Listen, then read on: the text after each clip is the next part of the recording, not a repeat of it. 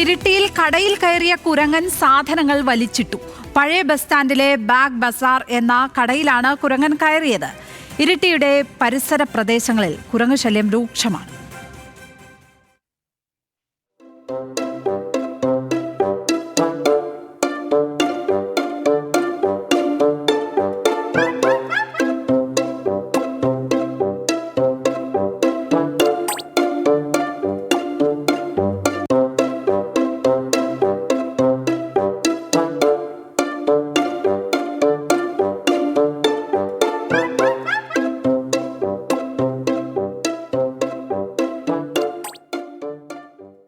നിഖിൽ, അത്യാവശ്യം കാര്യമായ ഒരു കുഴപ്പക്കാരൻ തന്നെയാണ് എന്ന ദൃശ്യങ്ങളിൽ നിന്ന് മനസ്സിലാകുന്നുണ്ട്. പക്ഷെ PCR ഇന്നിപ്പോൾ ആതിര പറയുമായിരുന്നു, കൃത്യമായി നിയമം പാലിക്കുന്നുണ്ട്, ഇതൊക്കെ ചെയ്തിട്ടുണ്ടെങ്കിലും സീബ്ര ലൈൻ കടന്നാണ് പോയിരിക്കുന്നത് എന്ന്.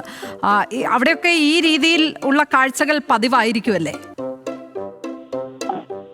ഏതായാലും കണ്ണൂരിലെ ഇരിട്ടി നഗരത്തിൽ ഇത് ആദ്യമായുള്ള കാഴ്ചയാണ് എന്നുള്ളതാണ് അവിടെ ഉള്ളവർ പറയുന്നത്. ഇരിട്ടിയുടെ പരിസര പ്രദേശങ്ങളിലൊക്കെ ഇത്തരത്തിൽ കുരങ്ങന്മാരുടെ ശല്യം ഉണ്ടാകാറുണ്ട്.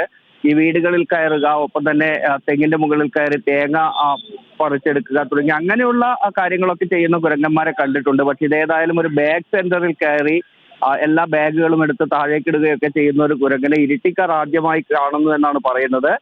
ഒപ്പം തന്നെ ഈ ലക്ഷ്മിവർമ്മ പറഞ്ഞതുപോലെ റോഡൊക്കെ വളരെ ജാഗ്രതയോടുകൂടി നിയമങ്ങളൊക്കെ പാലിച്ച് മുറിച്ച് കടക്കാൻ ശ്രദ്ധിച്ചു എന്നതുകൂടി കാണണം. ഏതായാലും ഇത് ജനങ്ങളുടെ ഒരു കൗതുകമാണ് ഈ ഒരു കാഴ്ചയൊക്കെ കാണുമ്പോൾ ഉണ്ടാക്കുന്നതെങ്കിലും ഇരിട്ടി നഗരത്തിലുള്ള ആളുകൾ ചെറിയൊരു ആശങ്ക പറയുന്നുണ്ട്. കാരണം ഈ കടകളിലേക്കൊക്കെ ഇങ്ങനെ ഈ കുരങ്ങൻ എത്തുന്ന ഒരു സാഹചര്യമുണ്ട്. അവിടെ തന്നെ ഉള്ള ഒരു പഴക്കടയിലേക്കൊക്കെ കുരങ്ങൻ കയറാൻ ശ്രമിച്ചിരുന്നു. അങ്ങനെ ഇത് സ്ഥിരമായി തനിക്ക് അവിടെ ഭക്ഷണം കിട്ടും, അല്ലെങ്കിൽ ഇങ്ങനെ എൻജോയ് ചെയ്യാമെന്ന് കരുതി ആ കുരങ്ങൻ എല്ലാ ദിവസവും ഇങ്ങനെ വരാൻ തുടങ്ങിയാൽ അത് ബുദ്ധിമുട്ടാകുമെന്നാണ് ഇരിട്ടിയിലുള്ള ആളുകൾ പറയുന്നത്.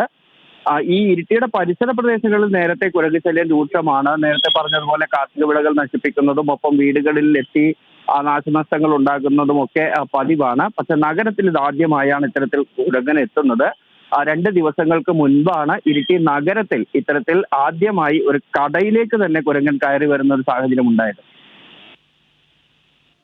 നിഖിൽ അളവൂറാണ് കണ്ണൂരിൽ നിന്ന് വിവരങ്ങൾ പങ്കുവച്ചപ്പോൾ.